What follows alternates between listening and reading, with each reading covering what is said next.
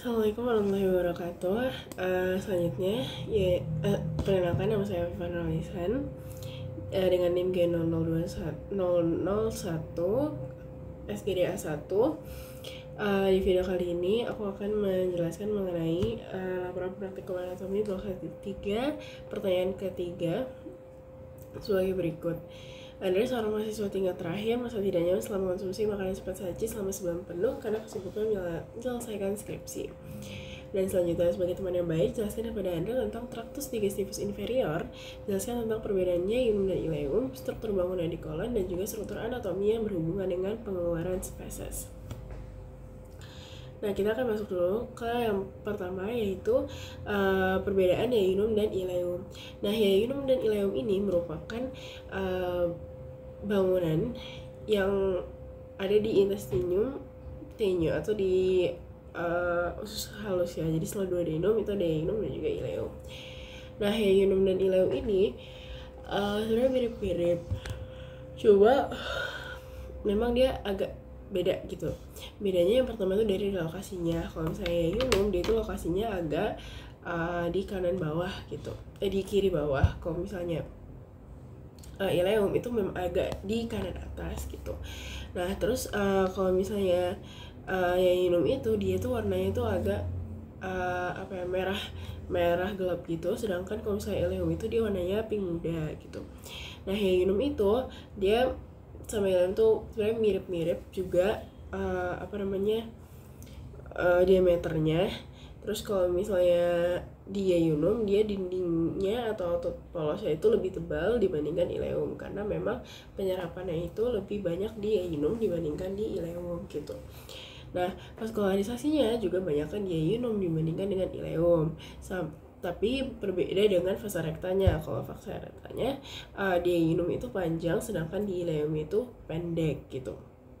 Nah, arkadenya ketika tadi di yayunum itu vasa rektanya banyak, arkadenya di yayunum itu lebih sedikit gitu, cuma 1-2 tingkat, sedangkan di ileum itu dia bisa kayak beberapa tingkat gitu. Nah, juga di plaque pair-nya, kalau misalnya di yayunum plaque pair-nya itu cuma beberapa, sedangkan di ileum itu plaque pair-nya itu bisa banyak gitu. Nah, vasa rekta tuh apa yang kayak gini nih, jadi kayak dia fasa ini nih yayunum, ini vasa rektanya tuh lebih panjang, sedangkan arkadenya tuh kayak cuma 1-2 tingkat. Kalau misalnya di ileum, dia vasa rektanya tuh cuma pendek gitu, tapi di arkadenya tuh lebih banyak gitu.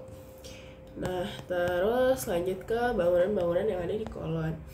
Nah, kolon sendiri dia itu nanti dimulainya dari sekum sama appendix, nanti masuk ke yang ini nih, kolon ascendant, terus ke transversum, terus ke descendant, terus sigmoid, terus baru ke rectum sama anus gitu. Nah, di kolon ini dia yang di kolon ini merupakan ada organ-organ yang retro sama yang intra, retroperitoneal sama intraperitoneal. Kalau misalnya dimulai dari sekum, kalau sekum itu dia intra, terus nanti dia ascendens itu retro. Nah, pokoknya dan selanjutnya gitu. Nah, nanti maksudnya kayak selang gitu, nanti kan transversum berarti intra, terus itu descendens berarti retro gitu. Nah, terus ini ada bangunan-bangunan kayak gini nih. Nah, jadi kalau misalnya di dalamnya itu ada plika-plikanya, jadi kayak dia bakal kayak ngebentuk kayak ya struktur gini deh, plika gitu. Nah, kemudian ada ini, kalau misalnya yang menjendol membulat ini namanya haura. Nah, di tengahnya namanya incisura. Terus habis itu ada ini tuh kayak atas lemak gitu, banyakannya tuh biasanya di yang transversum, namanya appendices epiploica gitu. Terus ada taenianya tuh ada banyak, ada taenia libera, taenia libera, mesocollica, sama Taenia omensalis.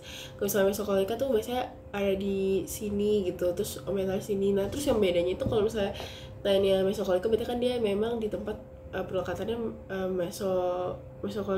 mesomesenterium gitu kan. Kalau misalnya aumentalis berarti dia tempat pelekatnya si aumentum gitu.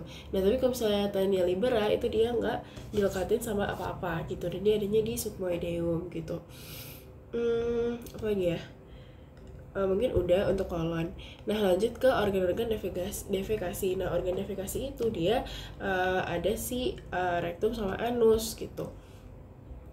Nah di rektum dan anus atau analis kanalis itu tuh pertama ada ini nih yang kayak gini, yang kayak dia bentuknya S itu. Nah itu tuh ada, ini kan ada kolon sigmoideum kan, nah dia tuh langsung masuk ke rektum dan juga anus gitu. Nah itu ada yang namanya ada namanya flexura sacralis sama flexura perinealis. Nah itu tuh pokoknya dia tuh adanya di sekitar sini. Nah dia itu adalah flexura yang bentuk kayak S gitu. Nah terus kalau misalnya lagi kalau misalnya dia merenggang gitu, dia bakal kayak jadi lurus, terus habis itu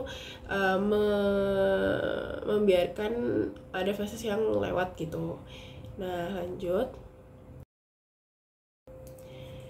Nah kemudian apa sih yang membedakan antara anus dan juga rektum? Itu adalah ini namanya linea anorectalis. Pokoknya kalau jadi gini, jadi ini rektum, ini anus gitu, karena ada si linea anorectalis. Nah kemudian di anus itu atau di analis kanalis itu ada dibagi jadi 3 zona.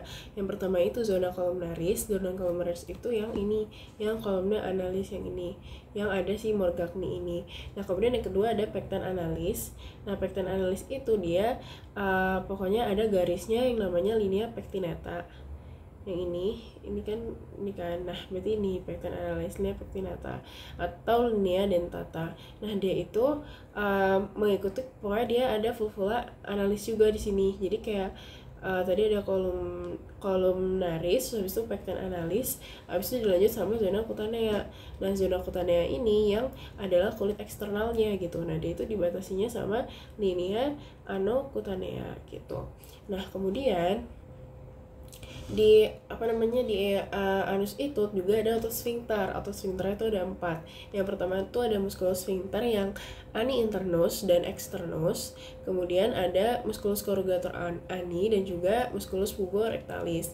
Nah ada yang otot polos sama yang otot skelet. Kalau misalnya otot skelet itu yang sphincter ani externus sama yang puborectalis gitu. Nah mungkin itu untuk penjelasan dari